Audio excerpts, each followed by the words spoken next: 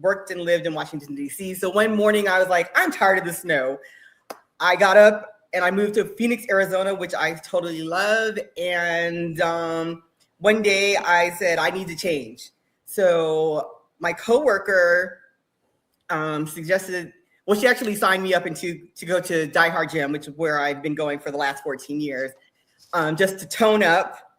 And so that's where my journey began. I started lifting weights for the first time, and it's been an on and off. It took about 2 years for me to lose the weight. My trainer said, let's put you on stage. Let's put you on a platform. And so that's how I began doing powerlifting and bodybuilding. It was a lifestyle change. I needed to lose weight. That's how it really started. I had no idea about the bodybuilding world other than Arnold Schwarzenegger. And I had no idea about the powerlifting world until I went to this gym. So it kind of fell into my lap. This was not planned. It just started as a lifestyle change. I wanted to improve myself, improve my health. And so I lost a lot of weight, started lifting weights, and here I am today, 14 years later. Whereas my other half says, you know what, I never have a plan, Suzanne. I'm just a dog chasing cars, you know, I just never know when to get one. And that's the thing is, a lot of ladies have the different stories how to get into bodybuilding, from, you know, dealing with some kind of issues, physical, mental issues, being overweight. That's one of the biggest ones. Some ladies come from being in sports for a long time and finding a sport that really gives them a passion or discipline about it. You know, powerlifting, that's really tough. I think there's quite a few ladies who have transitioned from that sport to bodybuilding because, you know, they just, you know, because sometimes one thing I remember, I interviewed Rita West, and she was a powerlifter for a long time. And then because of the lifting can really get to your joints and stuff and gets really sore. And that's why she got into bodybuilding, because she liked some of the aspects that bodybuilding had.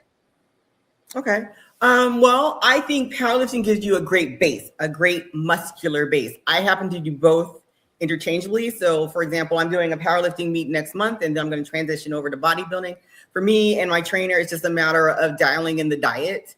So that's how I'm able to do both simultaneously. And again, I give props and shout outs to my trainer, who pushes us hard, but he doesn't push us to the extent that we're like injuring our joints and our muscles and whatever. That's how I've been able to compete at this level for going on more than 12 years. It's just a matter of his training protocol. We don't do massive gains. It's just a slow, snail pace progress.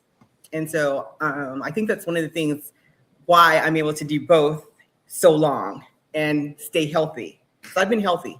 I've had maybe one thing that happened, but other than that, you know, no injuries, no nothing. So nothing serious, just old typical aches and pains you get from after a long period of lifting weights, and you know, and I can understand that, you know, and also I can understand how your life can get to you. Like when I got to high school, I used to play football when I was in high school. I used to lift weights.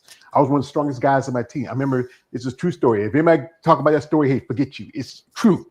I remember we were doing some weights. I was like, by the time I was 16, I was already bench pressing 350. And one of the guys on the team asked me, George, man, you cock strong. He said, what do you mean my cock strong? I heard the term before because I'm a country boy. I heard that term before. So, you know, he said, ask me, son, you ever got any? He said, no, what do you mean? No. He said, well, you cock strong. So, you know, I was, you know, strong and healthy. But then when I got out of high school, and then I was already working a job by the time I was 16. And I quit playing football. And then you get a job, you know, and you don't have time to work out and train, and it can get like that. And you're up in DC, yes, no, it snows here in North Carolina too. But I know I wouldn't want to be in Arizona. I mean, y'all, it's hell. Oh yeah, you know, the first year I came out here, the first summer where it was like 100 degrees, you know, I'm like, I stepped out and it's like, whoosh, it's like the heat just like slammed on me. I'm like, oh man, what did I get myself into? But you know, I'm used to it now. Up to 110, that's my limit. When it gets over 110, I'm like, oh, why did I do this? But I love it. 9 months of the year, we have almost perfect weather. So yeah, I love it. Yeah, I know. I don't know about me. If I go out there, I was thinking about maybe sometime go checking a couple of shows like the Triple O's out there, the Rising Phoenix. And the Rising Phoenix is going to be around really about till end of the summer. I don't know. I'd be like a ghetto snowman. He melted. He was a ghetto snowman. But yeah, but it's about adapting. That's how it is. Yeah, So adapting. your first experience, what was that shit like for you as a competitor? Oh, okay. So it took a little bit of coaching from my trainer because they're like, "We're gonna get you on the stage. We're gonna get you on the stage." I'm like, "No, I'm an accountant, mostly because I can just stay behind a computer, stay behind the desk or whatever. So I'm kind of like sheltered from the exterior, and I'm an introvert by nature. So one of the reasons why I like to do this, it pushes me out of my comfort zone, and it takes me into a bubble that I'm not comfortable with. I'm never comfortable with. I'm not even comfortable talking to you, to be honest. I just like my little comfort zone. So the first time you actually put a picture of my first show, I'm like, I'm so scared.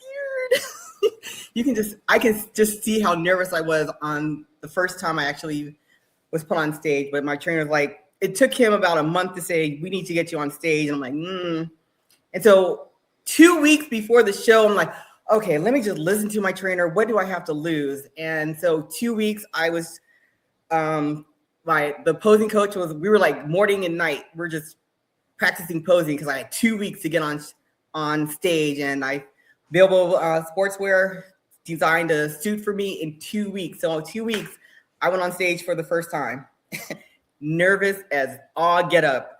I was a bunch of nervous. I was shaking when I got off stage. I mean, this is nothing I've ever done.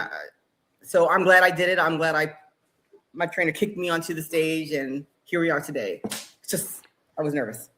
Yeah, you can't think about it because you're out there. Because I know quite a few ladies always say the word, I'm an introvert. You're not that much of an introvert. You can get out there knee butt naked, in front of a bunch of people. You're not that much. But I know somebody say like because you have the lights shining on you, you don't see the crowd like that. You can't hear them. But I remember one lady told me one time she had to get a little, because it was the first time. But everybody's like performing. You get a case of stage fright, but once you get over it, once you get used to it, you get comfortable with the idea of being uncomfortable. Put yourself out there. You can't be afraid. We have here a guest. This is my man. I call him my brother, my other world brother. This is my man, KL, the one that says, Mick Cox Strong, what's up? Yeah, that's where I was. Well, yeah, son, this is a true story. I'll tell you a story. This was like right after I quit playing football, and this was in high school. There was this fight. This bunch of girls started fighting. They were like, yeah. It was one girl. She was taller. And, I took her, and remember that wrestler Billy Jack Hayes? I slapped her on a full Nelson, and I just drug her into one of the classrooms. The principal and the assistant principal had a hand. They looked at me dead in the eye and said, "George, you think you can hold her?" "Yeah, I got her." So that's what I mean, cock strong boy. You don't know that. He's from New York City, so he don't know about that. So after that, that experience, and you still with that same coach and trainer, or you? Yeah, he's been my trainer and coach he's been my only trainer and coach from the get-go. So I mean, he knows me in and out. So yeah, he knows how my body works better than I did. If anybody have heard of what's his name? He's Tim Sparks. He's the owner of Die Hard Gym here in Peoria, Arizona, which is right outside of Phoenix, Arizona. So yeah, been there ever since. And it's one of those, if you've seen the Arnold Schwarzenegger film, Pumping Iron. Yeah, it's one of those die-hard, pig iron, grungy, just do it kind of gyms. It's not, a fluffy gym. It's not, we do a whole bunch of cable rows and whatnot. It's the dumbbells. It's not a Planet Fitness gym. I used to be a Planet Fitness member. We're not going to hit no lunk alarm, but no, it's you got to have thick skin to step in our gym. It's one of those kind of gyms, right? Yeah. Yeah, I think everybody, that's good to have a good relationship that long with a coach. I've known some ladies who been with a coach for a few years, a few months, and it's good that he understands what you're looking for as an athlete. It's good because I saw a thing that was posted. It was from the producer. He coaches Sid Gillen and my girlfriend, and he talks about how some coaches now are just pushing more drugs and actually fundamentals of bodybuilding. Yeah. There's no shortcuts. Like I said, it was a slow process. And I was like, Coach, I want to go like this. He's like, nope, it's like this. You'll make slow gains, and that's how you stay in the game longer. But yeah, it's so I'm grateful for that. He's not one of those, he doesn't want it for the fame and the fortune or whatever, because easily he could have all of his competitors, go in a straight line and just push to the limit really quickly. But that's how you get injured. That's how you get out of the game really quickly. So he just has a different old school mentality and protocol. So yeah. Yeah. Oh, so slow, steady wins the race because you don't want to burn yourself out. And that's one Always. thing, especially with younger competitors. Like I was talking with somebody how everybody thinks that steroids is it's very prevalent in sport. It's a thing that makes bodybuilding, but this is what someone else told me. It's going to be like 60-40. It's going to be 40 in the gym and 60 is going to be in the kitchen.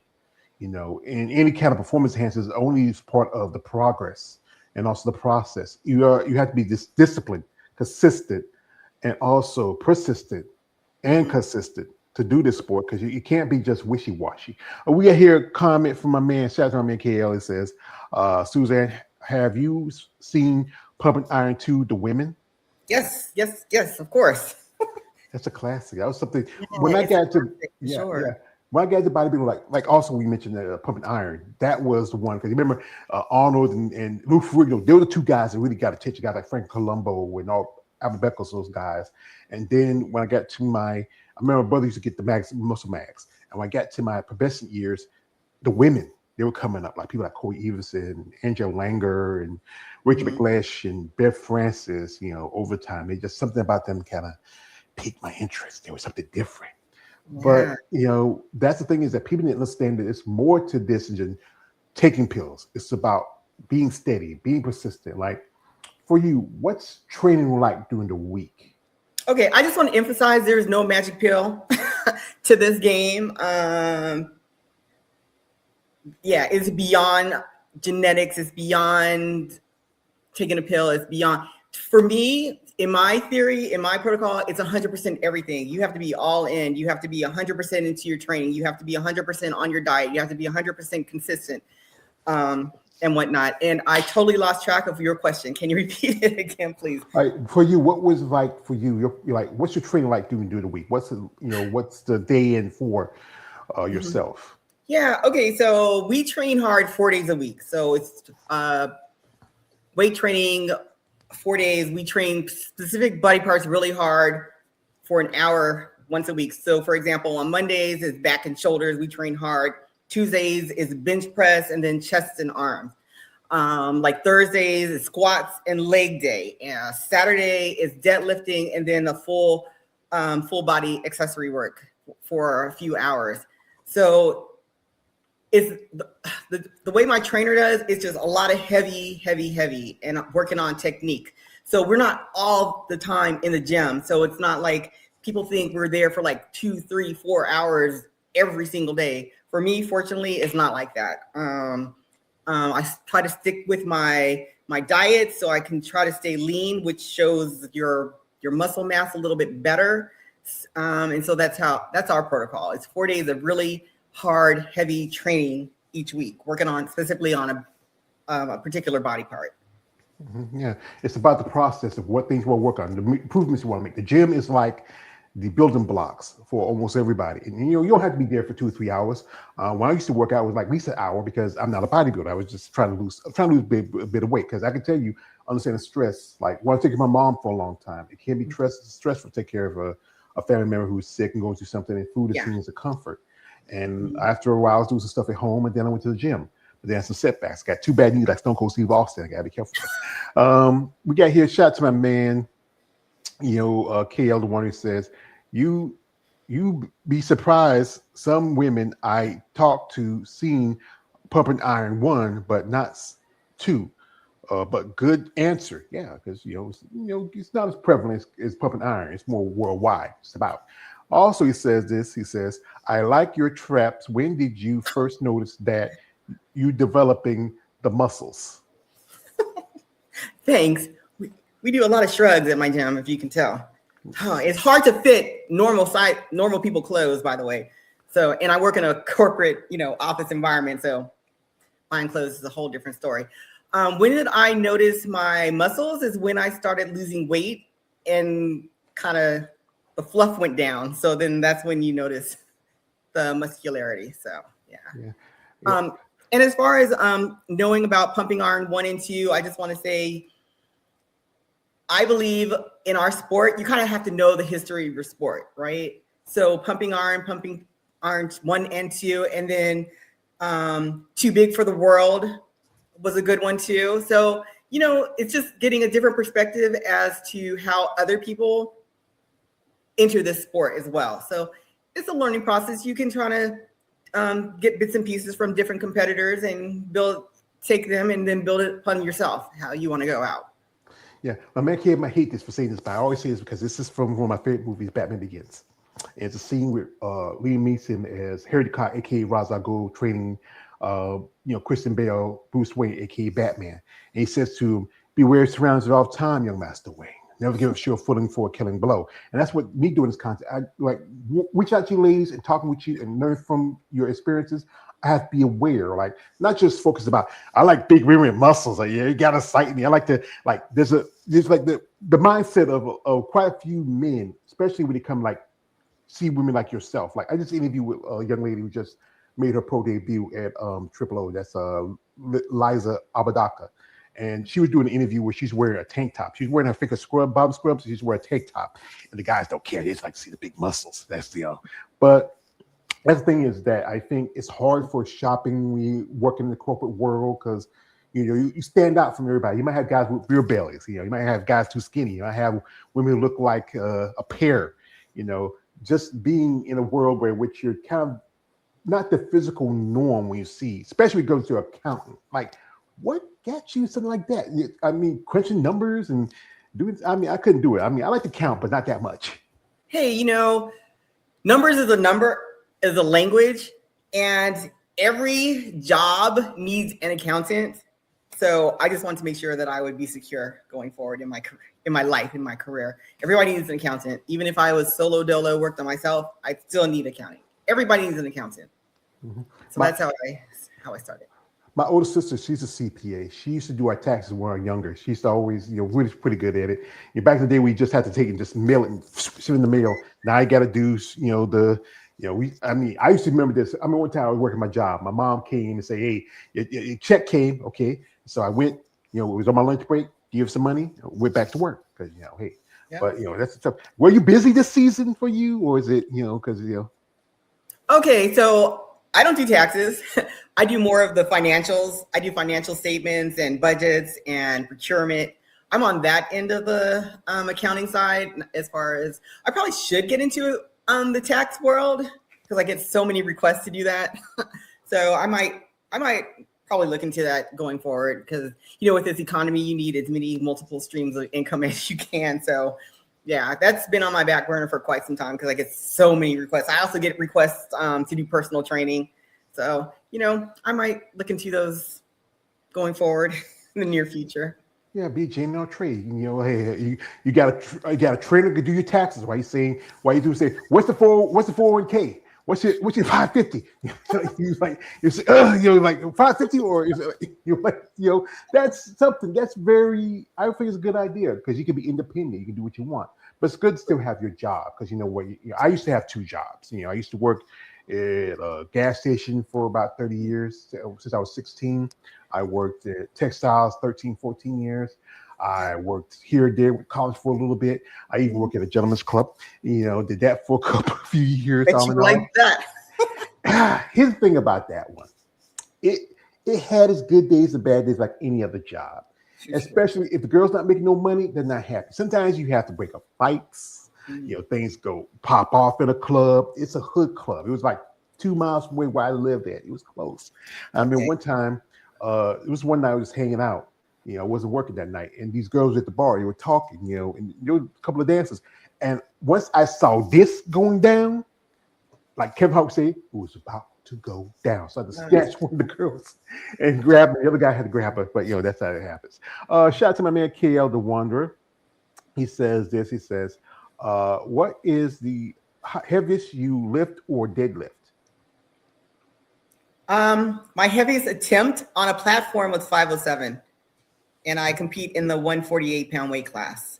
Mm-hmm. So yeah, I was a all-time world title holder for the deadlift at my weight class. So what got you into powerlifting? My gym is a powerlifting gym. So, and my trainer is one of the best powerlifters, trainers ever. And so I, by default, and somehow, some way, I found out that I was pretty strong. So I think my first, my squat, I was squatting in the 200s at 115 pounds. So just by default, just kind of got into powerlifting. So just because you were strong, you just got because I was strong, my trainer was like, let's put you on the platform. And again, I had like 2 weeks to prep for powerlifting. So that kind of works for me because I think if I think about it too long, I'll get, I don't want to do this. Let's not do this. So yeah, I know powerlifting, like I said, it's been around across the time. Quite a few ladies who have been champion powerlifters. People like Beth Francis, she sticks out. I know Andrew Yo, she still does it, off season. As I mentioned earlier, Rita West, one lady at ABB a while back, she just got a pro card. She did a powerlifting tournament. I mean, also a lady I got to meet at Tampa's, Suzanne Graham. Oh yes. Yeah, we go head to head quite a lot in both sports. Ooh, that's David's girlfriend. Yeah. I mean, it's just a thing about that is that again, there's a big difference. The training is different because you're training more for strength as a power lifter, where as a bodybuilder, you're training more for presentation and performance. Mm-hmm. Yeah. So like I said, training for powerlifting right now, we go heavy. And then when I switch over to bodybuilding, it's lighter weight, more reps. So that's how we transition. And what show you're competing for your powerlifting? It's the APF Nationals in Ogden, Utah next month. Utah. So it's just a qualifier for the Worlds in Baton Rouge later on this year. Oh, so you're coming down here to the South to complete? Yes. Yes, for the good food. I mean, the best person I knew that was the best cook in my life was my mama. I miss her cooking. She used to. My mom had to raise us, me, my brothers and sisters, and grandkids. And Southern food cooking is good. It's just different compared to any place else. But everybody's cooking is different, especially your mother's. Like your family, are they still around? Like what they thought with their little girl getting into something like bodybuilding, eating muscles, like that. I don't know. On my dad's side, they were kind of, they're old school. They're a little, why is she doing this? This is, how do I say? I'll just say it. This is not a woman's sport. That's their kind of mentality. So I didn't really get them involved too much, in my sports career. Oh, first of all, growing up, I grew up in Los Angeles. So my parents were really strict. They were more of a educational, scholarly kind of thing. So we weren't allowed to do any kind of sports. So I never did sports in high school. I never did sports in college. It wasn't until I kind of grew up and got into my own that I started compete or did any kind of sports. So on my mom's side, they're super supportive. In fact, they're super supportive, but it's a lot of pressure when your family's at a show. I think I only had my mom come to the Tampa show. I'm so glad I did it because she passed away 2 months later. So that, I'm so glad whoever told me, have your mom come to this show. And she lived in the Orlando area. So she drove up to Tampa and saw her baby girl do a little show in Tampa. So she was super proud of me. My mom's always been proud of me from day one. And when I went to her house, she had all these pictures of me competing. I'm like, I had no idea. She was like my number one fan.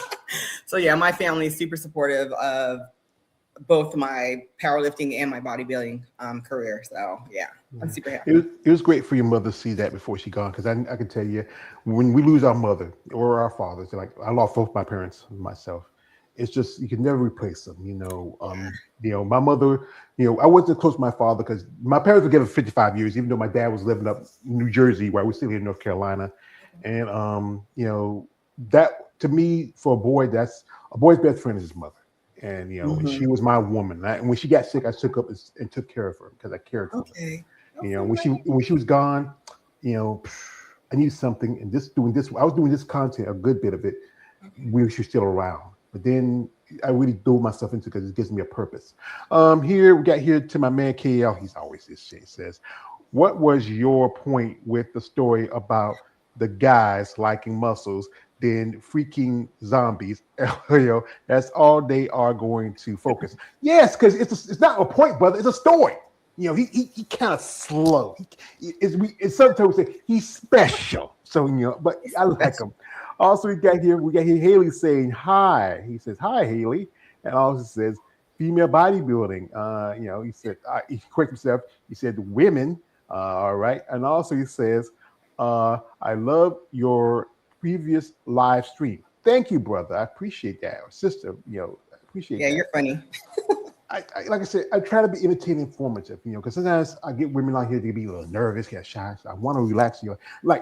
This is how I treat my interviews. It's like a first date. I mean, hi, how you doing? My name is George. I'm a Scorpio. I want y'all to feel, yeah, I'm a Scorpio. My birthday coming up. 52 in November. So yeah, it happens. Yeah, I'm getting over the hill. Shout out to my man here, KL. He says this. He says, the strip club is one of the greatest accomplishments in your life. It is talking with women bodybuilders. It was an accomplishment. It was a job. I remember the owner approached me. He asked me if I want to work here because I helped the guy who worked one night because there was this girl who came through, her friends. Situation happened. I kind of calmed it down. A couple weeks later, I went by the club and he asked me if I want to work. I said, okay. I worked there for a while. I got fired once, came back. Then place got closed down. It was a good job. It's like the movie Roadhouse. It was a good night, but no one got killed. We had a few shootings like that, but no one got killed. So, folks, while we got Suzanne here, we're going to do this. We're going to jump through social media for a little bit. If you want to follow her and check her out and support her as a bodybuilder, be a fan and support these ladies. It can really help that because this is a tough sport. This sport can be mentally, emotionally, physically, spiritually, and financially draining on any person who gets into it. But remember, you guys, I know you guys, you see her, she's got a take-up on, her shoulders out, her pecs are out. You guys, I know you're purged, I know you'll get excited, but this is why I tell you guys, no shit chick, no D-pics, no nothing, stop it, don't do it, control yourself, man. Control yourself, man. Yeah, control yourself. It's a level like Chris. Come on. Yeah, like Chris, I know this, man. So we're going to jump into social media for a minute. So you want to check it out. Her links in the live stream. You can support her. So here she is. I think this is one of you, you're doing some little traveling. I saw this. I love to travel. Yeah. Where were you at? I've been almost to 60 different countries internationally. So I think what you were showing, I was in Dubai. Dubai. And then Nepal. It was another one you showed. Oh, yeah. Well, I've only been to maybe 3 places in my lifetime. I mean, I went to Atlanta. I went to visit my niece. And then went to Tampa that summer, and then went to Disney World at least twice in Virginia. I'm a homebody. I'm a country boy. I never been on a plane either. I don't know if I want to fly over all that water. Yeah, I'm thinking about getting myself a real ID because I want to go to my show. But then I saw that they really charge you double for your weight. So I said, I'm going to have to do a train this time again. Here she is with some sumo wrestlers. Wow, those guys look big. Probably bigger than me. This was a fun show. I mean, the guy who was emceeing was, I don't know how to say his name, but he was the guy on Fast and Furious. So it was kind of fun. It was interesting. That's fun. I mean, okay. Got some sushi. I'm sorry, man. I can't eat cold raw fish. I got mine's got to be heated. But I don't fish anymore like I used to. But it's an experience to travel the world and and to see, because bodybuilding it has expanded over the years. It was exclusively very American, especially in the East Coast because you grew up in LA. Now I'm interviewing ladies from Norway to the UK to. Lady who interviewing in Singapore, from South America, to Canada. It's really expanded. And this is your coach?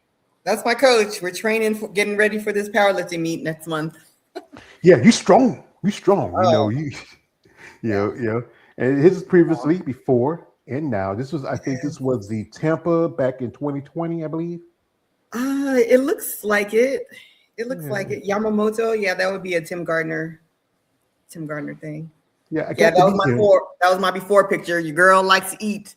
Yeah, I mean, brother like me too. I was there. I met Mr. Gardner. He's yeah. I kind of not too happy about his situation with certain shows, but hey, that's just me. Who's the little buddy here? Oh yeah, he's an albino Doberman pincher. I adopted him maybe 6 months ago. So yeah, those are my two puppies. They run my household. Those are your babies. Those are my babies. Yeah, I know one of my sisters. She used to have poodles. Those were her babies. Quite a few ladies have dogs, cats, kids. You don't have kids, and you do some bike riding too here. Oh yeah, that's my Sunday deload day. That's my mental. Just what do I have to get rid of? What do I have to improve going forward? So that's my Sundays. Yeah, you're a lady who's very athletic. Here she is doing some heavy lifting. I mean, it's a lot. And here she is. You can check out this interview with my man David. You can go over to the Female Bodybuilding, Female Bodybuilding Forum, let's say channel, and did an interview with her. I think a couple of weeks ago. This is from also you double dipping. You were doing both women's physique and women's bodybuilding at the World Body Championships. Yes, I double dipped. That was a tough one. 4 shows. Yeah, Won't do that again. Yeah, look for this. This was your first time doing women's bodybuilding, right? That year. Yeah, that was my bodybuilding debut. Did pretty good, but we're gonna have to build up into the female bodybuilding world. Yeah, what you feel like now? How when Physique came along, it was like about almost 10 years ago. Maybe no more 10 years, about 15 years ago. Yes. And it seemed like the vision has evolved over time. Here she's in a red dress. Ow! Man, I'm a man. I can't help it. Yeah. I can't help it. Okay. Yeah, I mean, this stereotype: women shouldn't have muscle, blah blah blah blah blah. But we can look sexy too. Come on now. Yeah, I tell you, hey, I've seen some ladies who look great, shape, sexy. Like also, especially ladies who are much older, mature. Here's what I say like this. Father Time, you're not going to stop Father Time, but you can halt him a little bit. You can slow him down. Like, look at her. Absolutely. Great shape. Look at the quads. Look at the arms. She's riding the bike. I mean, that's the thing is, here's the thing I tell the guys like this. If you don't like women with muscles, here's the best advice. Don't say nothing. Don't waste your time because you're bringing them more attention because of your hate. Because, like, you know what? I say this by haters. You can hate so much, but I care so little. Yeah, I don't care anymore. It is what it is. You like what you like. You don't like what you don't like. So yeah, but I'm gonna keep on moving. Yeah, keep on trucking. Here. She's right there. Wow, again. Yeah. I mean, I think something about. I'm like I said, I'm from the South. All different type of women, all different type of builds, and I think with y'all women muscle, y'all just a different level of what is considered the standard of beauty. Here she is. This is your dad here and your sister. My dad and my little sister. Oh, your little sister. So that means you're you're the oldest. I'm the oldest by 1.5 years. Yeah. Yep. That's my wild one. I got a sister. She's about at least 15 years older than me. No. Oh, yeah. Okay. Yeah, because there was 6 of us. And there was I had at least 3 sisters. Okay. An older brother, a younger brother, and then my father had I had an older brother outside of the before he married my mother, and I have a sister after him and my mother broke up. Okay. But and also she was at the Arnold Schwarzenegger Classic years ago, and Arnold don't like the muscle women. He don't like her. I don't like Arnold anymore because of that. Not good, Arnold. I had a talk with Irene Heller, how they approached him about why they pushed out figure in physique from the Arnold Classic and women's bodybuilding, and I like gold. Who did that, and what was that experience like for you? Dressed in gold. Oh man, this was this was crazy. I just wanted something different. I just try some experience life. Okay, so if it's out there, most likely I'm going to try it as long as it's not going to kill me or anything. So yeah. And she uses more powerlifting, and that's the thing about powerlifting again. It's very about strength because you have to train differently. When you do powerlifting, you have to train heavier, but then when you do bodybuilding, you have to drop the weight a little lower. Yeah, you have to drop the weight, otherwise you'll get injured because you're so lean. You have no body fat to absorb any of that. Yeah. Here she but is. not. This is from her different goals over time. This is from the Arnold back and looked like it was 2016 or 2017. That's one of the last years that they did the women's physique. I think it was going to be So 2020, 2020. That was it big was something 2019 when 2020, pandemic. Yeah. 2021. And this is from, I believe, Omaha. And Yes. also this is from Chicago Pro. Chicago Pro. Yeah. Yeah. As you know, this year they're not having women's bodybuilding. It's getting kicked out. They brought back fitness. Me Okay. as a fan, I'm kind of disappointed, but Uh, again, I get the reason why because of not enough shows, not enough bodies, not enough people. It's just I feel like this. I think many ladies deserve to be represented, whichever it mm, is, the Olympia or the Arnold. Arnold. I know, as I said again, Arnold made his choice because of what he thought about it. Um, I've talked to ladies like yourself who just really just it rubs them raw because yeah. you feel like you're not. This is one of the biggest shows in Yeah. the first of the year, and other than I just interviewed a young lady who got her pro card at that show, and Mhm. you don't have because it's invitational, but in some shows we're doing both pro qualifiers and a pro show. You can just jump in the show the next True, day. I know true. they try to use Chicago Pro because you don't have Miss International, which was women's bodybuilding. Okay. Yeah. Um, the sport is evolving. I'm not going to say if it's a good way or a bad way, but I do like the way women's bodybuilding is evolving. It's becoming more popular, so I'm happy for that. Because in my opinion, my humble personal opinion is that the physique ladies are getting humongous. So I'm just questioning why aren't you switching over to, I mean, you have a great, phenomenal physique, but you're just large, almost bodybuild. I mean, it's starting to blend. Well, I guess figure is starting to blend to physique. Physique is also starting to blend over into bodybuilding. So we'll see. And even the bikini girls are starting to look like figure. So Yeah, it's that's why they got evolving. that's why they got the new bastard division. Excuse me, every time I mention about it, it's fit model. I have interviewed a couple of fit model competitors. I have nothing against you as competitors. I feel like this. What's the point of that division? I understand it's about trying to get more people into, get more attention, but then here the sport has evolved. You go back to the pumping iron area. If you look at, I even watched a thing with Bev Fresh, how if she competed today, she'd be considered small compared to physique competitors. Even figure competitors might be bigger than her.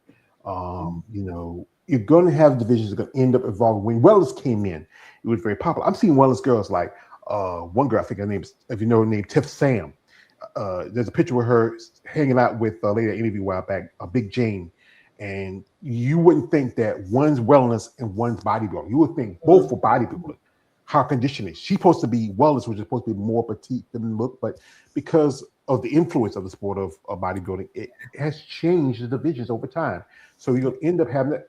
Let's let fit model stay in NPC and let it be like a startup division, and then once you get there, then cut off ties. But again, it's about getting attention and getting money and yada yada yada yada.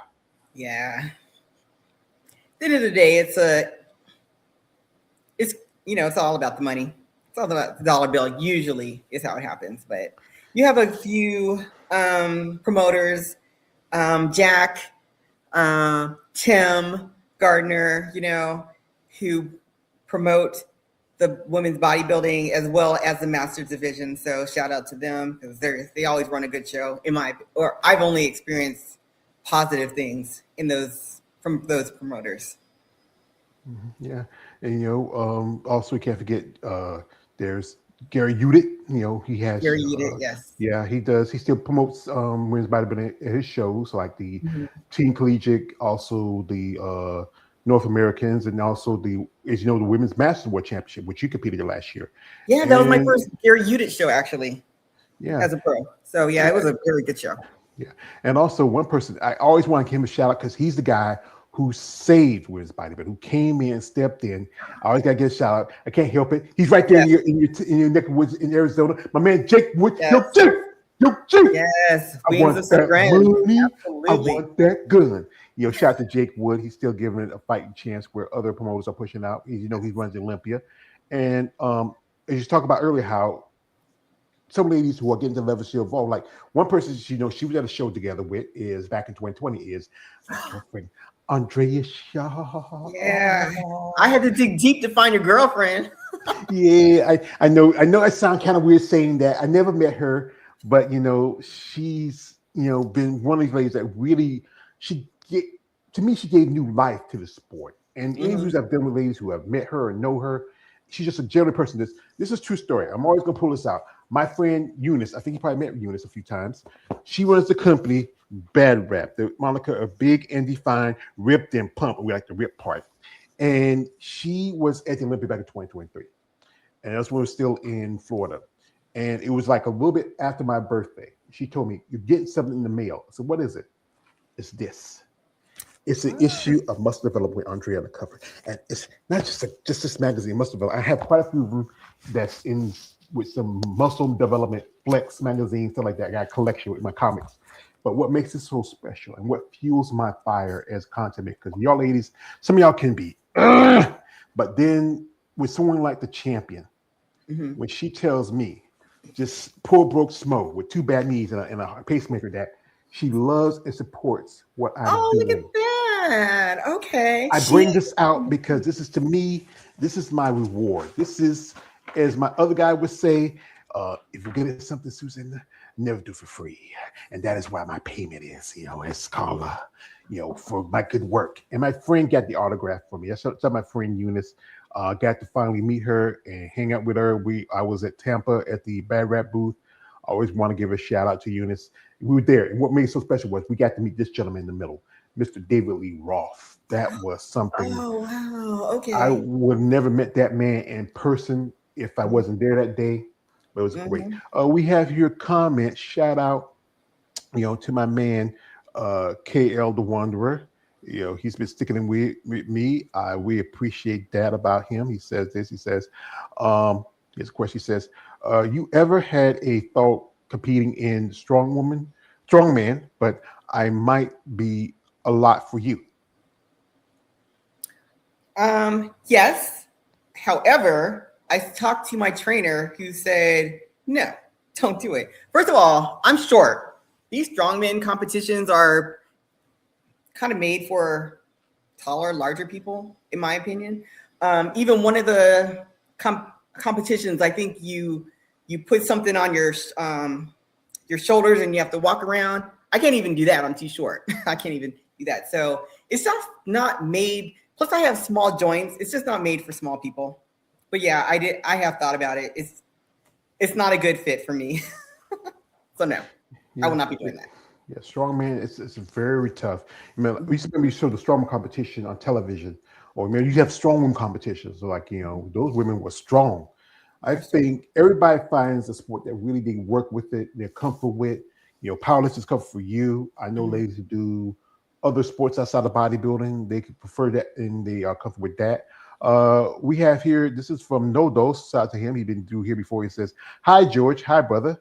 Also, this is from KL the Wanderer. He says this. Give him a second. He says, "I like that picture of you wearing that Namaste shirt." Namaste. Namaste shirt. Oh yeah. Says flexing. I'm a bit rock. All right. Yeah. Hey. KL. There's an old smoke saying, "When you ladies rock hard, we'll rock hard." Because it's just something when we see women like yourself, especially here's one thing you got to understand. Competition day, when you are shredded, you're glistening with baby oil, you're shining from the tan. That is your weakness because you're tired, you're dehydrated, you're hangry, your body is going through mile a minute. Because like you said earlier, sometimes your skin's so thin because you can sit in a tub. Lady told me she sit in a tub, she can feel like pin needles. Even though that is your best look, it can be that most stressful of your body. It's a challenge. It's a mental challenge. It's a mental F, to be honest. But yeah, you have to even though your skin is thin, so you can see the muscularity and whatnot, you have to still have a thick skin because at the end of the day, they're judging you subjectively. So you have to remember that it's not you, it's what do the judges want. And so you can't take it personal. You just you just put in your 100% for 12 weeks or for 16 weeks or however long your prep is, and just give it your all. At the end of the day, you just give it your all. And it's just up to what do the judges like on a subjective level. So you could bring your best package and come in last. You could bring your best package and come in first. You just never know. You just give it your all and just take the lessons and improve for the next time. Mm-hmm. Yeah, it's a process with bodybuilding, understanding the factors, what you want to bring, especially certain divisions. If you are doing wellness, they want your nice tie-ins with your glutes. You know, if you're doing bikini, they want you nice and smooth. With the girls over in figure, wider back. You know, you have that upside down Dorito. I've heard from quite a few figure competitors. With physique, very lean, good conditioning, but now the physique girls are getting big. And when it's bodybuilding, those full round muscle bellies. Like you look at someone like Andrea, or you look at someone like who else like also got to beat when I was in Tampa, Ashley Jones. You know, those are different levels. Yes. She's so cool. So, okay, can I just go back to one thing? So that picture you had of me and your girlfriend, Andrea, I forget the lady's name who was in the middle, but I was like, I photobombed. I'm like, can I just jump in here for a minute? I'm like, I know I'm not a bodybuilder. She's like, come on, Suzanne, jump in. I'm like, she knows my name. So she was so nice because that was not planned. I'm like, can I just jump in here with you big ladies? I'm like, I think the lady in the middle, I think it's Amy Hawk, if I'm not certain. Yes. Amy. Yeah, because I think I saw her compete when she was at Tampa back in Savannah back in 2022. I remember I got to see Andrea there. She was doing guest posing. Yes. And I got a friend, his name is Keith, and she was just maybe a few weeks from the Rising Phoenix. And he told me, he said, George, when Andrea's on, she's on. She was just a few weeks. I think that day, Motor Persolay looked like she could have jumped in that show right that day. And Andrea was a little bit softer. But, that's when she was with her coach, John Simmons, and now she's with the producer. We have here a comment from my man here. Give a shout out to my man. Dosey says, hi, Susan, Suzanne. It also says, what's Suzanne, the most favorite body part to work out, and what's the most weaker body part that she needs to improve? Okay, so my favorite part, it's all the same. I train hard all the time. From what the judges said at my last, what I need to improve in would be my glute hamstring tie-in. So that's what I've been working on my off season. But other than that, it's like a favorite child. I don't have a favorite body part. I have to love them all equally. So, because like you said, bodybuilding is like a sport of symmetry. So I can't love one body part more than the other. I have to incorporate them the same and just focus in on what my weaker points are, which is what I've been doing, and just keep it going, keep it growing, actually. So work on your strength as much as your weaknesses, But then also some women, they have certain body parts that just boom, all I gotta do is touch a weight and boom, everything. Then there's that one that they have to really work on, like especially if you're not very low half dominant. I know with the wellness girls, they got to do 50 leg workouts a day, because they want a great look at it. With figure, and they want to do more back and shoulder stuff because they want a good look to it. With women's bodybuilding, women's physique, I think it has to be very encompassing. You have to work on everything, not exclusively one thing. Yeah, absolutely. And I think one of the things I was working on my off season was building out I'm not an anatomy person, but triceps, or was your the delts, the front delts is what I was trying to build in my off season. So I've been doing different types of delt movements to try to build that up. Well, I remember watching this thing, and there was a video with the late muscle mountain dog John Meadows, where I think sometimes he does with a rubber band and with a wall, and I think it works with something with your delts. I shared with somebody said they liked it, they use it. There's so many different workouts, exercises that work precisely on those body parts. Like you said, you love everything, but which the one you do not love if you're in the gym we have to do? Oh, there's this thing. I call it the purple chair of death. Um, it's a leg. It's a leg press, but it's in a most uncomfortable position ever, and it's just like the purple chair of death. But you got to do it. Build those quads. Oh, but yeah, when my trainer's like, "Let's do this," okay. See, mine would say leg day is the toughest day of the week for you. Leg day is rough. It's Leg like day is rough. it goes back to I know Kia hates it when we quote this from this movie. It's like the episode of the Chappelle Show when Charlie Murphy and Eddie meet Rick James, and Rick comes to their house and is the F your couch, Eddie Murphy, F your couch, and they're beating their legs. He's beating his legs like that's like it. You have Charlie Eddie Murphy beating your legs. That's leg day for a bodybuilder. You crawling out of you never give y'all niggas money. But that's the thing. It's important to work on that, to build those things. So instead, it's like you said, the last show was the World Championship. You got the feedback from the coach. This is something I always ask ladies, especially after that long prep. Your food is calling your name. You're getting hungry, and tell me, Suzanne, what was that thing that you desired the most? The thing that you wanted, the thing that was calling. The thing is, as my other guy would say, make you stranger, but I make you stronger. Oh my goodness. It's always one of those things when you can have it, you don't want it. So what I usually do after my show is I treat myself to some frozen yogurt. I mean, otherwise I can have, okay, so in my off season, I love some key lime pie, some anything citrusy like lemon meringue pie, but I can have it during my off season. But after a show, I just really don't want anything because I'm just so used to it being off limits. And now that I can have it, I don't want it. I'm just one of those. So I think after the show I had in Pittsburgh, I had like a half of a Primati sandwich burger, because that's what Pittsburgh is famous for, is their Primati Brothers sandwich. So I had a half a sandwich, and that was it. I was good. But yeah, I don't really go. I think, during some of the shows, during the halftime when you're going from prejudging to judging, I see some of the competitors eating like a hamburger, pizza. I just can't do it. My system is just not prepared for that. So I just save it all for my off season. Mm-hmm. Yeah, I know some ladies, they debate, they don't do a lot of gorging, but then others typically do, because especially we just had Easter just wrapped up. That's a big holiday, especially around here, and enjoying the food. Food is a weapon, a tool for bodybuilding.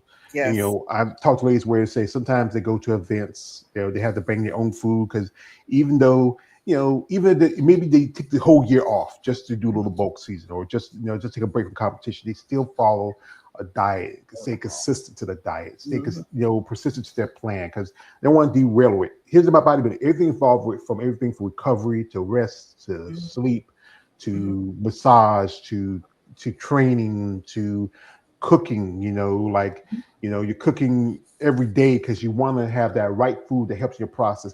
Like, again, people got to remember that. Go back to the issue of steroids again. That's not the be all part of bodybuilding. It's the diet and also the training. Yeah, absolutely. So Sunday is like my prep day. So I cook and prepare all of my meals for the week, put in the freezer. So, when I get ready to go to work, just go in the freezer, get my meals and whatnot. So yeah, but remember, how I started 70 pounds fluffier.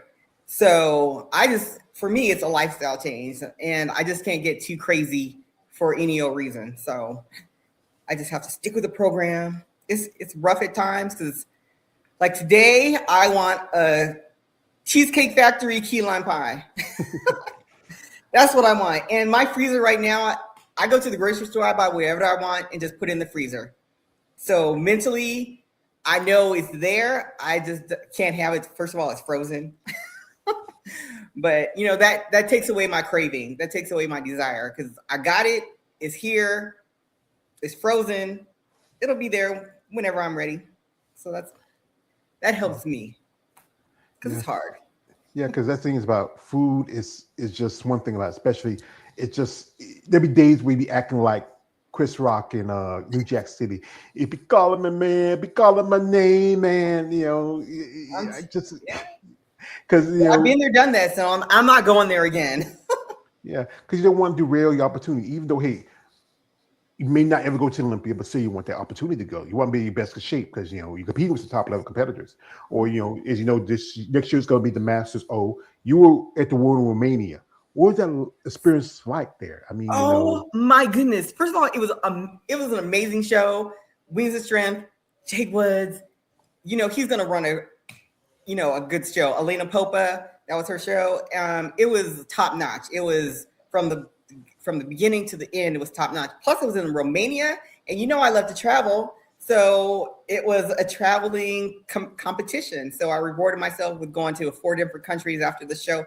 But yeah, and Susan Graham was there. So yeah, I mean the competitors, they brought their A plus game.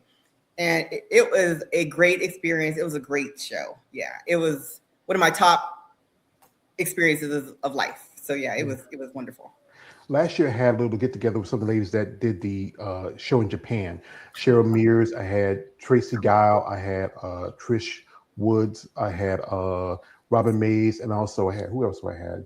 I remember Donald Jones, and they talked about their experience at that show. I remember, Sherry, she has that issue with her because she had that thing, and she was there with her daughter. She said they went to this place where they're eating ice cream, and she said it was really good because it's very clean. And she ate another thing of ice cream. She enjoyed it. I think one thing with Donald was her and her friend Alicia. Shout out to Alicia. She's going through some stuff right now. Hope she's doing better. They were there. It was held up one point because there was I think it was a tsunami coming through the area. But it was just a different experience they had in Japan. That promoter is no longer allowed to do shows anymore because if you heard, they didn't pay the winners.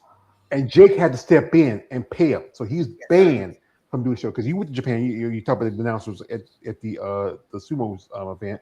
But now that promoter cannot do shows because he didn't pay the winners.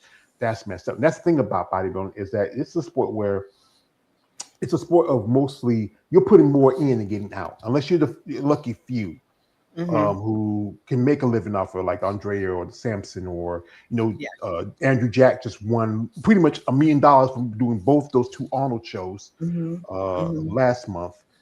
That's expensive, especially for y'all women. The guys, I put it like this out there. The guys got wear a pair of banana hammocks and boy shorts, and that's it. Put on some tan, fix their hair, whatever. There's not much they need to do. But for y'all ladies, they do have their expenses during the off season prep for the shows. But for show day for y'all ladies, that's the biggest expense because not just counting the travel to the shows, bookings, paying your fees, food, registration, because you're doing masters, you have to pay to play. And then, you have to go in hair, your makeup, your suits right there. As I said earlier, your suits could be a car note or a rent. I mean, it's good you have a good job where you can travel and you can, you don't have no kids to worry about, no man to worry about. You just got you. But that is one thing about the sport, that the cost of it. Yeah. That's one of the sad things about this sport / hobby. But if you're passionate about it, you'll find a way to make it happen. So there are ways you can kind of trim down the cost. Like I think this go around, I might teach myself how to put on stage makeup. And do my own hair. I might do that. I don't know if I'll have the energy or the time to do that, but there's just ways you can try to minimize the cost. Wearing your suit from last season, maybe. Renting a suit, maybe. So there are other ways you can try to, or do shows that are closer to you. Like, I know there are 2 Arizona shows, but I like to travel, so I budget it in, and that's how I make it happen. But yeah, the costs do add up. I try not to look at the total bill, but top it up to it's an experience and it's worth it. You're worth it. This is my reward for putting in all the hard work, all the trainings, get up in the morning to do my cardio and, making myself do the, what do you call it? When you have to come home from do your training, I'll do the red light and the compression recovery. So this is my reward to myself. So for me, I just make it happen. Yeah, the thing is, you do have the Arizona Pro. Anytime I have interview with ladies on the show, say like if they're not women's bodybuilding, say I'm doing Rise of Phoenix. No, my dear, you're doing the Arizona Pro. Rise of Phoenix women's bodybuilding. Let's get that right. So because I'm a stickler, I'm a fan of women's bodybuilding. It was the reason what got me to this because I'm a fan of those ladies, but also I've been gaining fanship of women like you in physique, women in figure, bikini wellness. I'm aware of them, but no, not as a big fan. And fit model, my stance on that. I know. You I was know, waiting for that. yeah, I have to. Like I say, one thing I do is this: I will choose my words wisely. I will try to, try to hold myself back, but I will not water myself down just to make somebody feel comfortable. I gotta be me. Shout out to my man here, Dulcie says this. He says, "What's the most women and men bodybuilder enemy? Is it steroids, sugar level, their own That's a good question. exceptions? I mean, yeah. What is that? Everybody That is, has. What for you is you feel like for is me, I would have to say body dysmorphia. And I think this is for a lot of the female competitors out there. So, I mean, even 3 days out from a show, I'm like, man, coach, I think I'm too fluffy. He's like, no, you're fine. But yeah, because we see ourselves differently than other people do. And then that's one of the reasons why I don't like to cheat after a show, because I know I will, and that'll cause other problems. So I would say body dysmorphia could be a huge problem. At least it is. It could be for me. I try not to look at myself in the mirror. I just judge myself on how my clothes are feeling.